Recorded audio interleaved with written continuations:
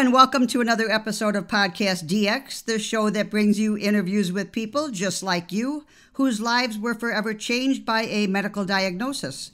I'm Lita. I'm Ron. And I'm a pina colada. You're not a pina colada. Okay. She's Jean Marie. Collectively, we're the host of PodcastDX. On today's show, we are speaking with Travis Mills. Travis, if you're not familiar with him by now, is the quadruple amputee from an Afghanistan IED, and we're going to hear more about his story in a little bit. And he also is running a foundation that provides R&R services, more or less, for other veterans that have been injured. Is that right, Travis? Yep, absolutely. It did for physically injured, and now we're moving towards all injuries. Great. We have going on. Well, welcome to the show. Go ahead, Ron. Travis, hi, this is Ron. Again, thank you for joining us today on our show. First, I would like to start off by saying thank you for your service to our country. Well, no, I appreciate it. Thank you so much, and I'm excited to be here. I'm looking forward to hanging out with you guys for a bit. Yeah. Travis, I read a bit about your injuries and your recovery. I got to say, I am amazed by your determination and your tenacity. It seems like you've overcome a lot of challenges since April of 2012. Could you tell our listeners a little bit about that day? Didn't it just start off as a regular day for you? You know, it did. We were on our deployment that we were supposed to be there for 9 months. It was my third deployment, and we had a phone call come in from the village elder that there was some IEDs we had to check out. So we put our gear on like normal. We went on a patrol to try to help them out, and we went, the same routes that we always would take. Not the same routes, but same general direction. And I had the guy in front of me with the minesweeper, and he swept the ground once and then swept again twice, like we were protocol. And it just didn't alarm that there was anything under the soil. So I happened to take my backpack off and I put it on the ground. And then the bomb, when it went off, it shocked my world, to be honest with you. Well, that's for sure. Yeah, I can't even imagine what was going through your mind at that time. Probably, shocked. What were the next steps after you were evacuated from the site where you were actually injured? For instance, how soon after the attack were you transferred back stateside? And was there an intermediate location or two for immediate surgical repair? Well, what they did was when I got hit, my arm on my right side was completely gone. My right leg was completely gone. They disintegrated and never found those pieces of me. My left leg was snapped to the bone, actually. So if you imagine my left ankle bone touching your left thigh, and my left wrist was blown out pretty bad. They hit the ground, and I rolled over my back, and I saw the aftermath.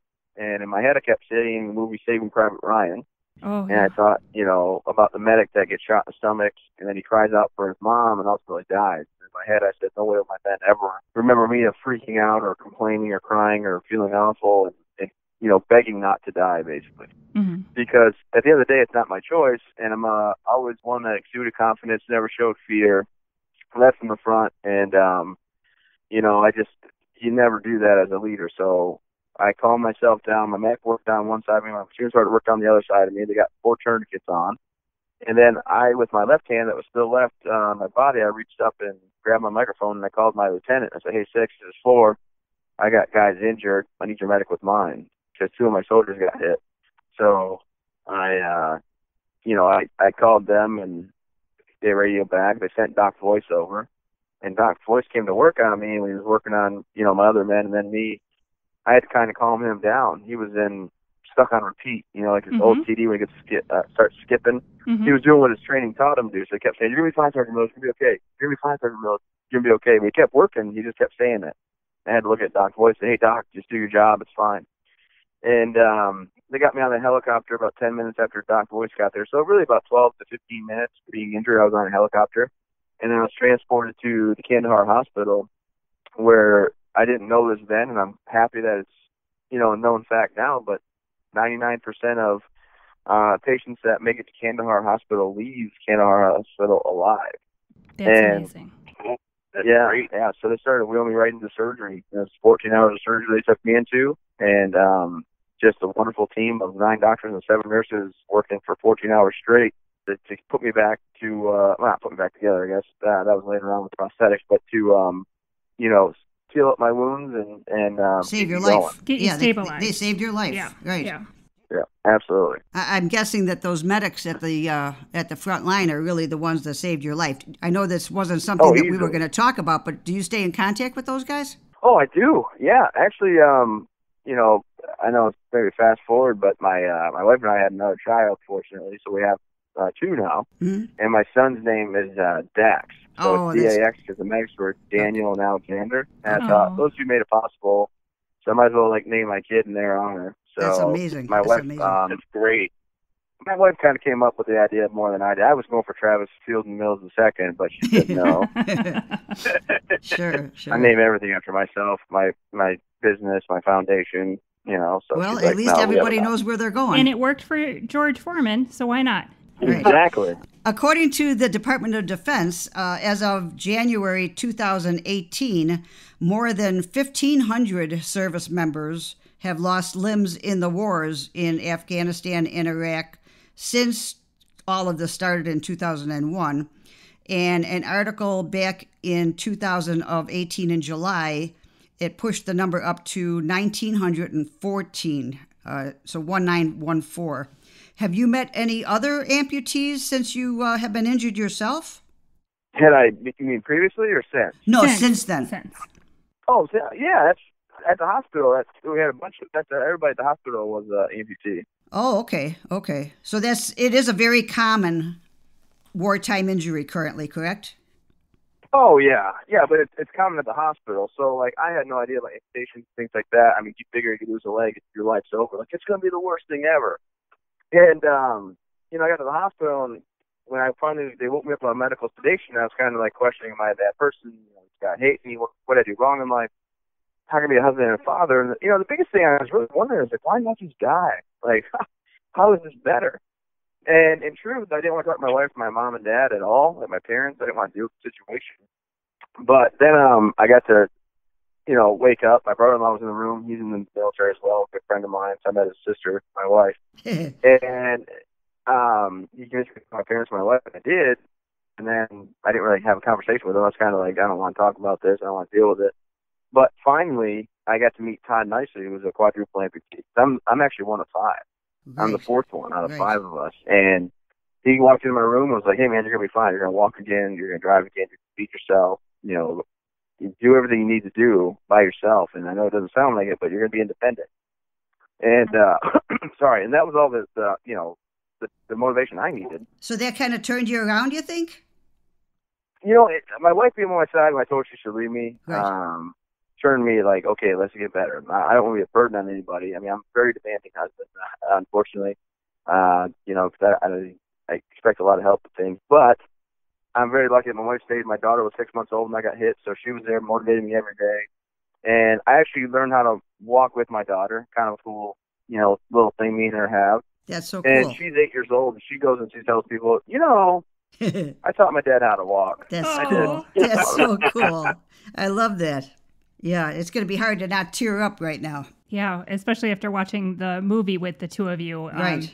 Yeah, she was right there for your physical therapy and everything, and your wife was right there too, and that's amazing. Oh, absolutely. After that, they got you back, alive and somewhat functioning. Did they give you the chance to remain in the military in any status, like, just stateside, desk side, or did they just tell you this is it?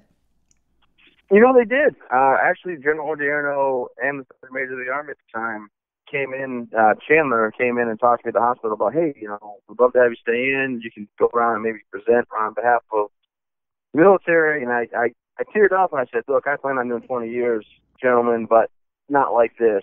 Mm-hmm. And my time's come to an end. Right. I can't be infantry anymore. I can't, be airborne anymore. And as sad as it was to come to that realization, it was just, it was time. I think I even made a joke. I said, I really don't want to get restationed anywhere. And General Ordano said, I don't think we restation Sergeant Mills. I said, I don't think so either, sir, but I'm going to call it a day.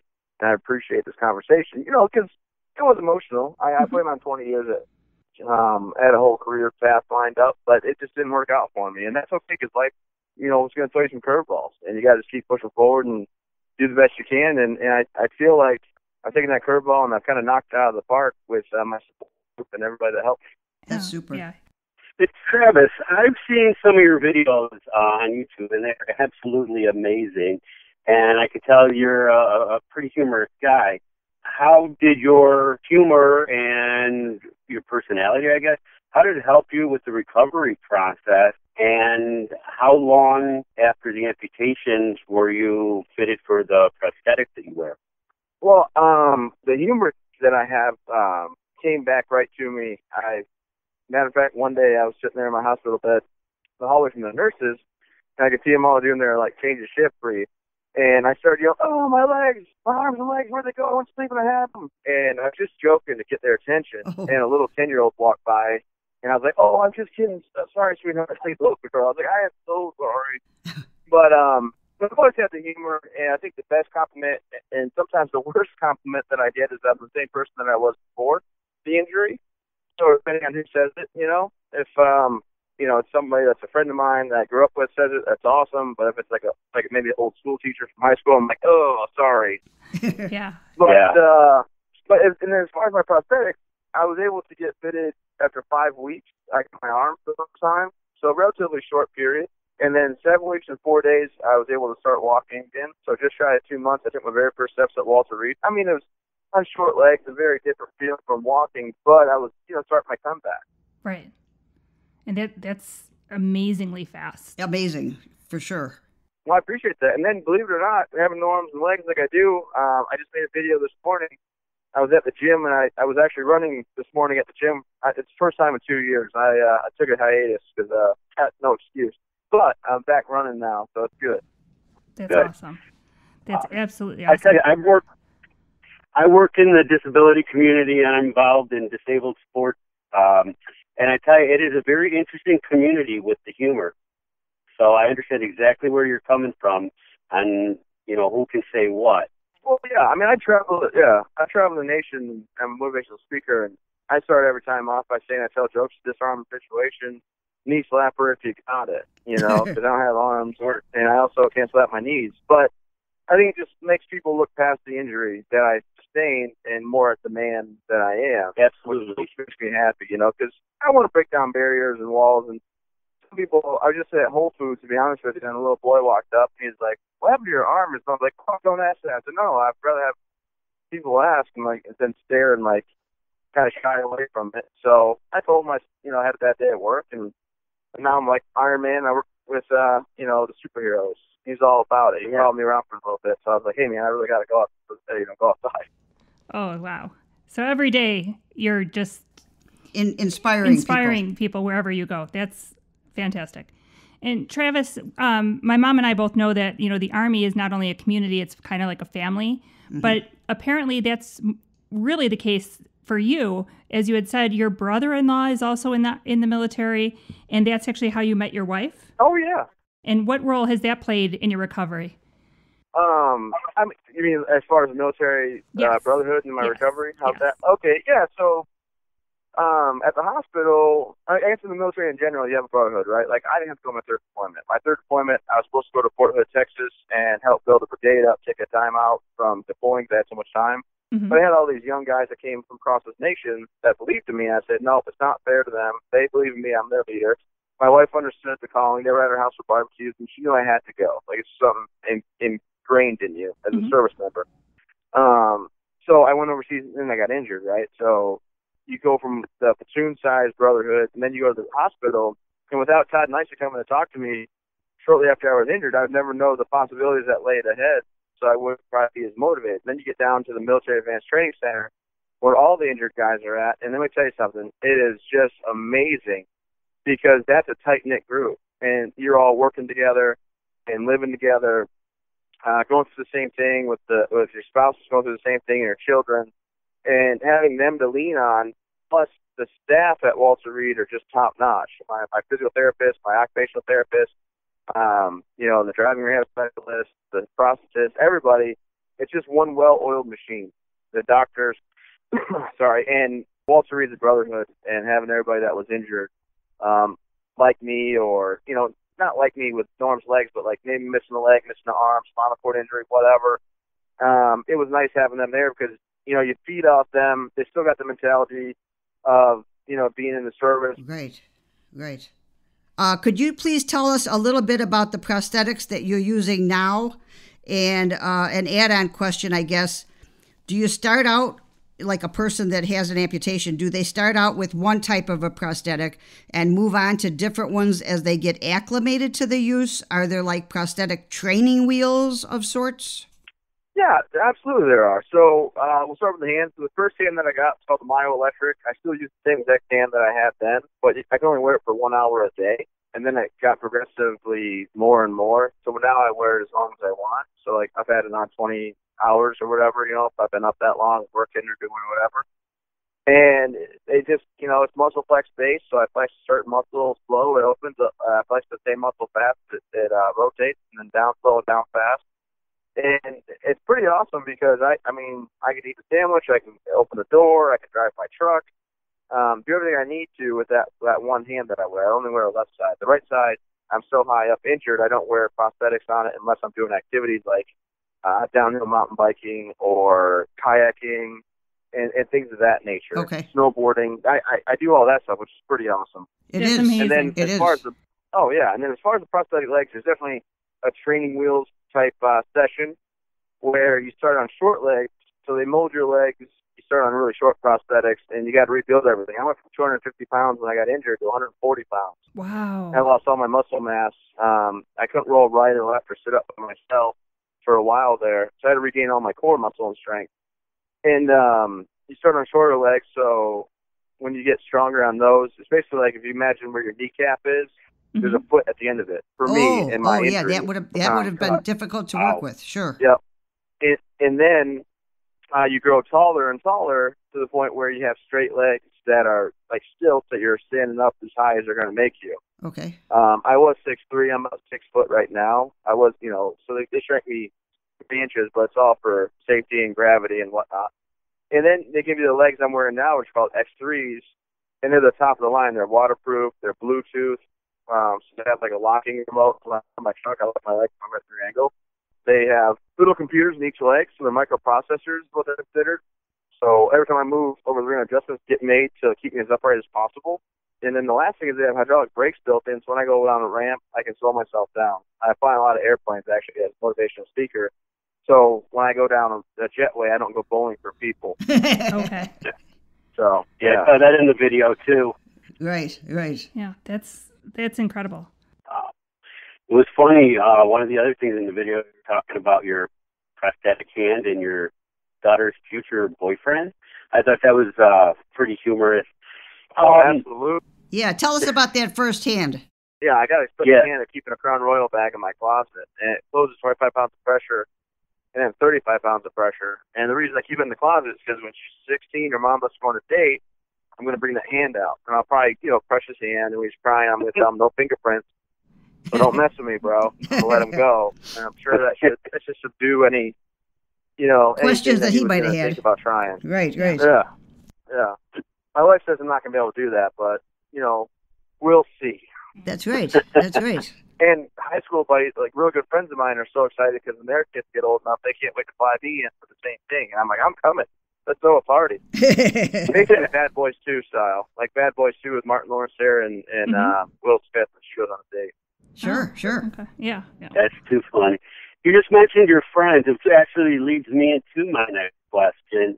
Your friends and family, including your wife, how supportive have they been with you through this journey? Oh, I mean, top notch. I definitely gained friends, didn't lose friends through this, and having my wife on my side every day, that was the reason I kept fighting to get better. Because if she's not leaving me, then I got to do my best to not be a burden. And a lot of places that she goes for other nonprofits, and they bring up the problems they have with their husbands or issues they have with their husbands. Some of the other spouses might say, like, well, you can't do this because of that. And I'll ask Kelsey, like, what does Travis do? She's like, well, Travis takes Chloe gymnastics. He runs around, does grocery shopping when he can, and things. So I try to be as everyday, average, normal husband, father as I can be. But then having, my friends there with me, and now with the foundation, I've been able to bring up a lot of really cool families that I want to help out. So we help all physically injured, paralyzation, amputation, spinal cord through service families, and it's all free to them. And it's all about, hey, get out there, be active in your community and in your society. because some people aren't as open as me. And I think having the support group that I had and having abilities that I had at Wall Street to learn things like walking and stuff is why I'm fortunately so successful in my everyday life. Sure. Oh, that's fantastic. That's fantastic. Definitely. Travis, what do you wish people knew about amputees? I know that you say that, go ahead and ask. That's for you personally. But what do you wish people would know about amputees, like the emotional changes that a person goes through? So, like, in other words, if somebody wanted to ask a question but they were afraid to ask, pretend like you're answering those questions. What did you have to go through emotionally? Well, and I would say, like, what do you wish they knew? Right. Yeah. Well, I mean, honestly, for me and a lot of my buddies that I know, rather just have the conversation than the looks and the stares and like the awkward, oh crap, they're looking at me, then look up at the ceiling or whatever and look back when they're not looking. So really, people, they want to be delicate, which I appreciate and I understand, but everybody that I know is an everyday regular person. They just had some mishap at work, but it didn't change them, into being this person that needs to be, babied around or ostracized, I guess. So, for me, what I want people to know is, like, have the conversation. Say, hey, how's it going? People always ask me, and it's the funniest thing, like, hey, Travis, when I see someone like you, what do I say? Mm-hmm. And I'm like, I usually say hi or hello. Exactly. But it's kind of up to you what you want to use. Right. And, also, I'm trying to change the narrative. I say I'm a recalibrated lawyer because everybody throws out, you're one of those wounded guys. It doesn't make me feel very good because I don't have any more injuries. I have scars. Mm-hmm. So I'm trying to change the whole, like, word wounded because I think it's negative to recalibrated, right? Okay. I've changed up a little bit, but sure. We're good to go. Sounds good. And then also, I think that the term veteran in general has become kind of like, oh, you're one of the veterans. You got that, PTS or what's wrong? And I'm like, nothing. I served my country, had a great time doing it, loved my job, had a bad day at work. Now I got to move on. Mm-hmm. So, my foundation, we're actually expanding our programs to help people get back on their feet that maybe suffer from PTS and things like that, because I really truly feel that, you need to get help to get out of your own way to be successful. I'm fortunate. When I talk about it, I own part owner in two, and I run one with my wife. So 3 businesses plus a nonprofit that's very successful. Well, that's great. Wow, you must be very busy. Yeah, I would say so. Yes, for sure. Getting back to the physical thing that you've been through, how many surgical procedures have you had? I think 13, they said. 13 I think they total? They rounded it out at 13 surgical procedures, maybe more. But I didn't have any surgeries. Kind of what you see is what you get with me, which I was lucky to go internal. Then I had to get my eardrum repaired, which was the worst surgery that I can remember. Oh, wow. But and then besides for that, nothing too crazy. I was very fortunate and lucky there. No infections or anything like that. Do you think that being in the best physical condition that you were in prior to the injuries was what helped your recovery? I think so. I think it did, for sure. I was a weightlifter. I pick anything up that was heavy and I could put it down. One of those meathead kind of types. But I think it was on the battlefield the reason I didn't lose my blood out and everything, that I remained calm. Okay. I didn't get my heart rate up. I didn't freak out. I kept telling myself, whatever happens, happens. It's not my call at the end of the day. So don't freak out. And I think that might have saved my life as well, because instead of yelling, I don't want to die, and freaking out and panicking, I just was like, well, I'm just going to stay calm and ride this one out. So very fortunate that I'm kind of suffering in the best way possible of the term, I think. Mm-hmm. And the most worst way, if you have some of my family members, maybe. Well, yeah, that is truly amazing, and it says a lot about who you are as a person, and who you were before, and who you have always been. And your injuries were in 2012. Do you still have like phantom limb pain, and is there anything that they can do to help treat that part of the injury? It's a great question, and I can't re-edit the documentary, and I wish I could, because I say that the ketamine coma, I don't think I would do it again, which mm-hmm. is, I only did that, the documentary was 5 months after my injury. Oh my gosh. And in truth, the phantom limb pain, I would 110% not be the person I am today if I didn't have the ketamine coma. The ketamine coma is the new thing they're doing. That's a case study.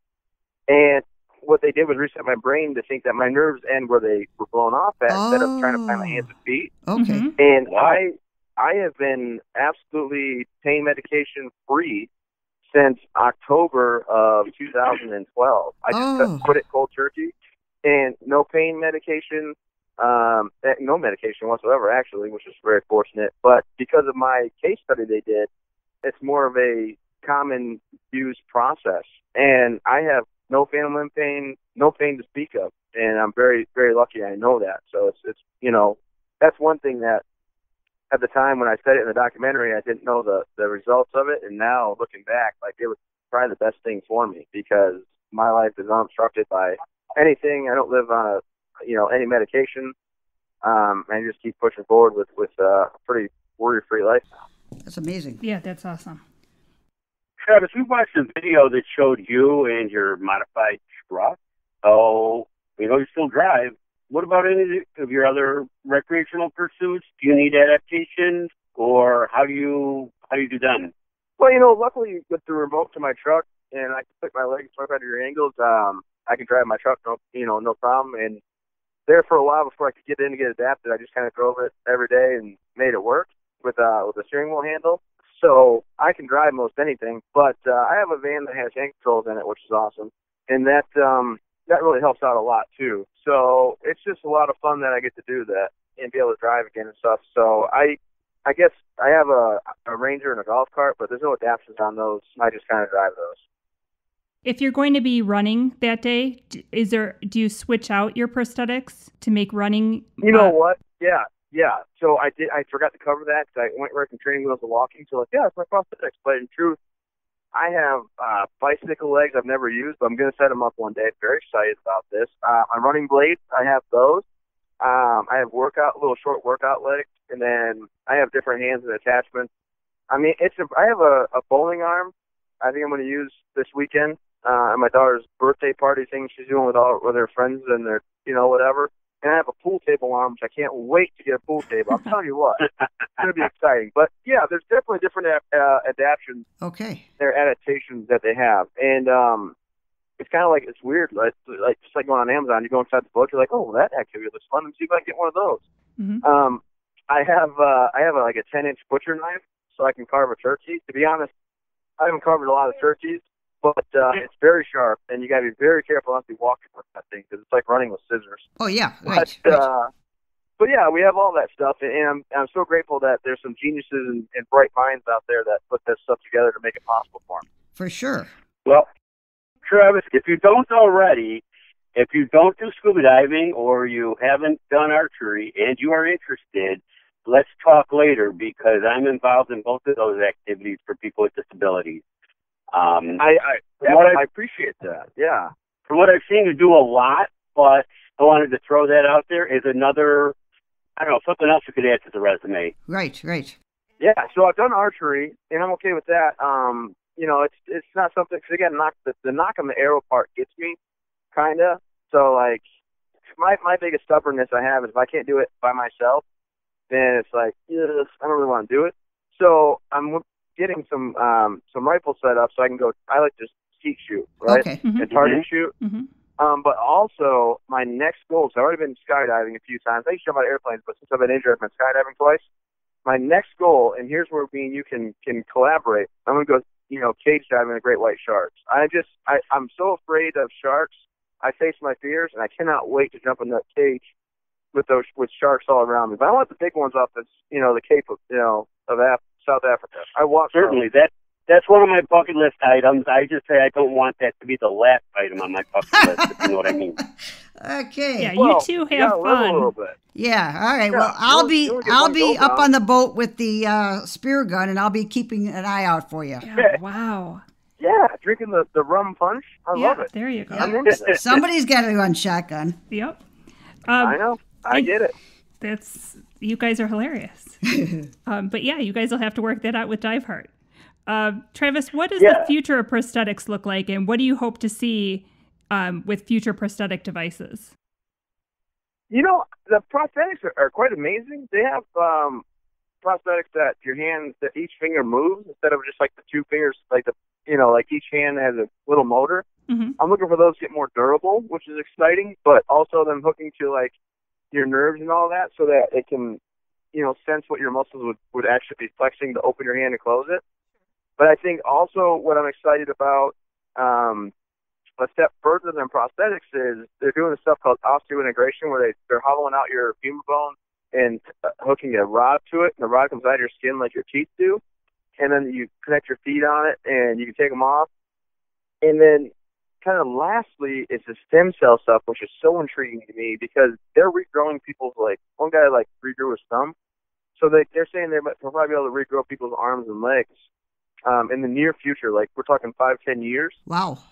Which is just, mind-blowing, right? Like, Oh, wow. Yeah. Oh, yeah. And I'm not gonna be the first one to do it, but I'm saying it's just amazing that the progression, right? When the first guy made a prosthetic, that's the Civil War hanger got started because he lost his leg to a cannon, or infection or gunshot, something to do with the Civil War. But now, bionic stuff is just impressive. So, sky's the limit. If I was a Vietnam era veteran, the battlefield medicine or technology that we have today, very rarely would a guy like me ever make it. Very low percentage. And now, because of the wars and because of technology and the time that we live in, I live a pretty normal life. Like, I went down and did a barrel meeting today at a building. That was my big day today. And I went to the gym and ran today. Guy with arms and legs is running at the gym. Come on. That's pretty cool, right? It's amazing. Absolutely. Yeah, and very inspiring. And I think the big thing is, to stay humble, because I don't want to ask for too much. I'm just so fortunate and lucky to have what's out there on the market right now anyway. Sure. But I guess, as far as the future of prosthetics, the designers definitely want to hear from the individuals who will be using them to see what is it that you guys need. Oh, absolutely. Dare to dream, for sure. Yeah. Travis, older veterans, they may require amputations due to medical complications like diabetes or something like that. Have you interacted with any of these older vets to kind of talk with them and give them an idea of what to expect after amputation? Well, I get sometimes those conversations, right? Do a lot of like one-on-one counseling like that. But if I go to the VA to do a checkup or something, and I see somebody and they ask me questions, I answer them, or someone at the grocery store, that doesn't, I have the conversation. So a big thing is people email into my website and they'll ask me like, hey, I got this going on. I was thinking maybe I should just cut my leg off. What do you think? And I'm like, I'm not the guy that's going to tell you cut your leg off. Like, that's just not my expertise. But I'll tell you that, there's different prosthetics out there to make your life better if that ends up being the diagnosis or what happens. So I'll try to give as much information, but I don't want to make it sound like, oh, it's great. Just go hack that thing off and let's call it a day. Right. But as far as people that are suffering, I know people use my videos, use my website, travismills.org, for a lot of inspiration. And they go on my Facebook, which is all like tagged SSG Travis Mills, because when they go on my Facebook page or my Instagram, they'll see fun videos of me and my wife and children, or me and my buddies, or things like that. And then they can, they can find out, hey, life goes on, right? That's what this whole podcast is about. Yes, if something happens, absolutely. Right? Let's keep pushing forward. And that's kind of the message that we always project. I'm always speaking about resiliency, about overcoming life's obstacles, and it's a lot of fun for me. So I'll have the conversation, but it's not something I do one-on-one counseling for. Okay. Well, speaking of resiliency, you were obviously able to draw on an incredible internal strength just to survive that incident. Could you tell us more about your mantra of never give up, never quit? How did you come up with that? And can that work for everyone? Absolutely. I think it can work for everybody. And the way that I kind of started in the whole never give up, never quit was I was working out, and I looked all skinny and sickly, and the nurse kept saying, do you want to take a break? And I said, I'm never going to give up. I'm never going to quit. And, then, like I said, my wife sitting by my side, my daughter being there to help me walk again, and my driving force, my parents, my in-laws, my father-in-law, I didn't even know them that well, really, right? Like, we talked about the weather a lot in sports, but I didn't live near him or was nowhere near him when I grew up. He moved into the hospital with me. We became really close friends. Now, we're bestest of friends. We travel over the nation together.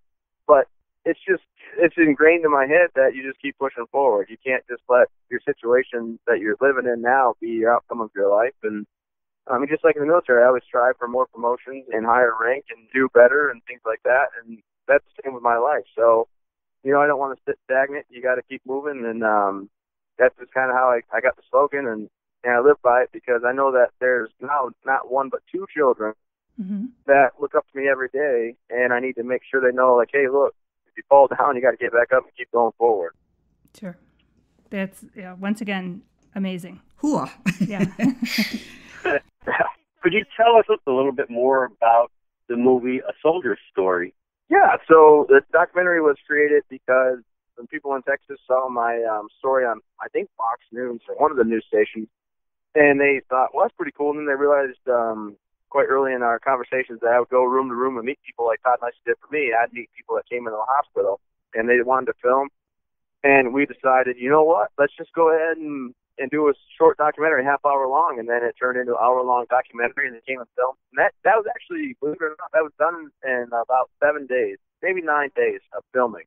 Yeah, there was a lot of iPhone footage that they had to cut and edit from Kelsey's phone, which was great, but they did the reenactments and the interviews and all that just like in 9 days total. Wow. Yeah, it was a heart-wrenching movie. We watched it just before we started the interview. We wanted to make sure that we were in the right frame of mind, and I don't know if that helped. Oh. But Well, yeah, it was us. It was us in a box of tissue. yeah, But there were a lot of smiles.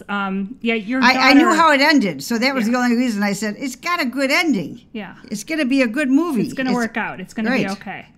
Yeah. I know, it's kind of sad there for the first half hour. Oh yeah, it was a rough beginning. And then now I actually am fortunate where we have I do, I guess. It's called Tough as They Come. It's a New York Times bestseller. I have a book out, and Mike and Angel, actual motion picture, which is exciting, but can't count your chickens before they hatch. So we'll just keep playing it day by day and see how it goes. Sure. Can you tell our listeners about your family now? So you got 2 children, and how have you adapted to life together as and does this amputee get in the way? I mean, or are you just a husband and a dad? Well, I mean, there's 2 answers to that, I guess. The amputation, or my disability, or whatever you want to call it, it does get in the way of some things. Like my daughter's in soccer. I love to be in the backyard, keep the ball around and running. But I did that for the first year when she was like 5. She was in soccer, but now I can't keep up. So I kind of watch them, from the side. But it doesn't really get in my way. I get on the trampoline with my kids. I can still do a backflip. We get into the pool or the lake and swim around. So it doesn't really hold me up. And I still go to daddy-daughter dances and things like that. Oh, that's sweet. My wife, she's the unsung hero of everything. She doesn't like the limelight as much, but, she's the one that keeps us all together and the glue that holds it. And she's been phenomenal. She stayed by my side and helped me out. Like today before we left, I still need help putting my legs on. So she had help put my legs on, and she doesn't complain about that. It's just normal now. So, like, when I wake up, my legs go on, then my pants or whatever. But it doesn't hold me back from being a father or a parent. I'm the one that takes her to gymnastics, and my son and I wrestle around, and it's just a lot of fun. So I guess we have the same family dynamic that we were always going to have. I'm, active with the kids, and my wife and I still do things as a family. It's just different because I'm not able to do as much sports stuff as I'd like to, because I used to be very athletic. Right, right. But at least you've been there. You know the tips. You know what to tell your kids, how to do it. You can train them. You can coach them. You can guide them because you've already done it.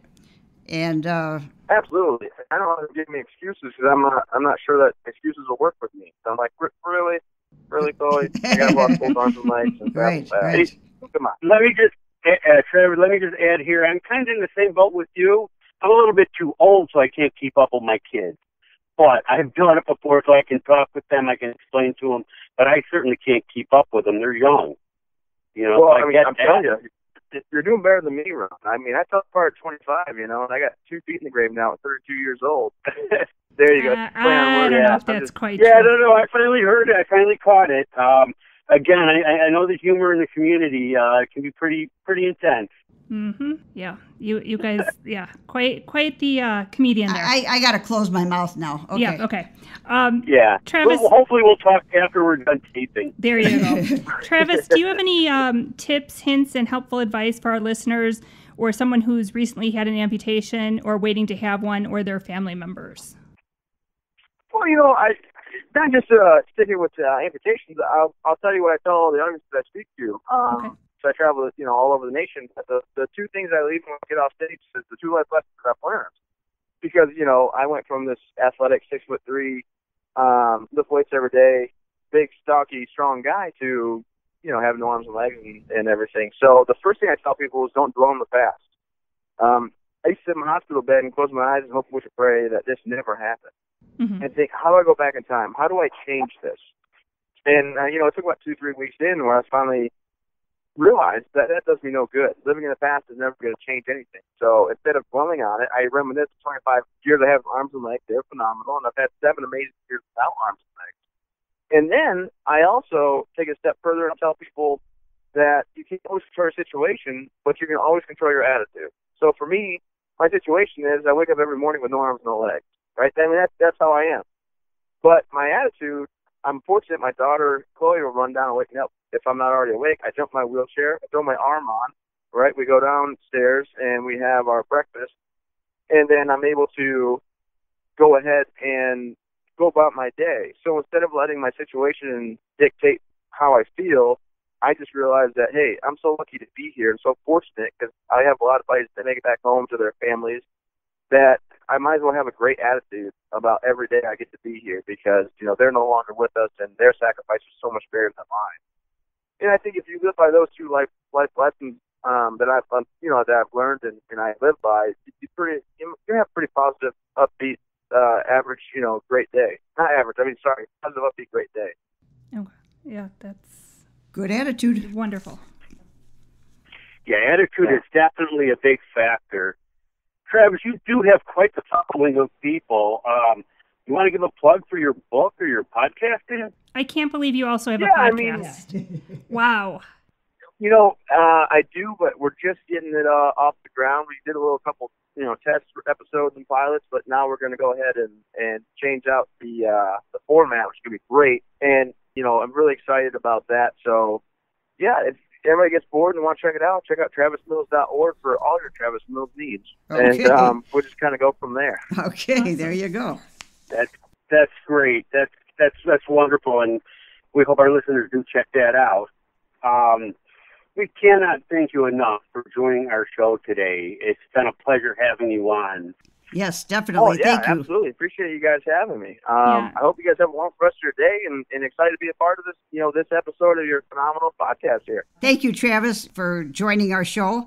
And I hope others can find strength by listening to your story, because that's the goal of our podcast. Yeah, and it's extremely inspiring. Very. Absolutely. Thanks so much. Appreciate it. You're welcome. If our listeners have any questions or comments related to today's show, they can contact us at podcastdx@yahoo.com, through our website, podcastdx.com, on Facebook, Twitter, Pinterest, or Instagram. And if you have a moment to spare, please give us a review wherever you get your podcast. As always, keep in mind that this podcast is not intended to be a substitute for professional medical advice, diagnosis, or treatment.